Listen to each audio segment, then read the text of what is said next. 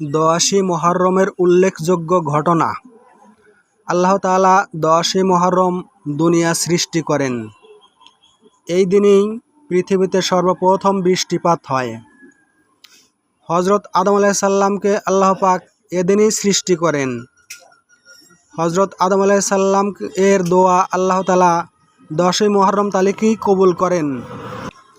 নূহ আলাইহিস সালাম এর নৌকা জুদি পর্বতে এসে এদিনেই থেমে যায়।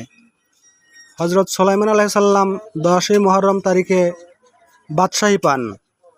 হযরত আইয়ুব আলাইহিস সালাম 18 বছর দীর্ঘ রোগ ভোগের পর এদিনই রোগ থেকে মুক্তি পান।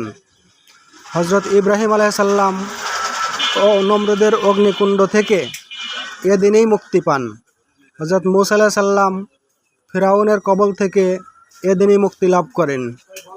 হযরত ঈসা আলাইহিস সালামকে আল্লাহ তাআলা এদিনেই আসমানে উঠিয়ে নেন।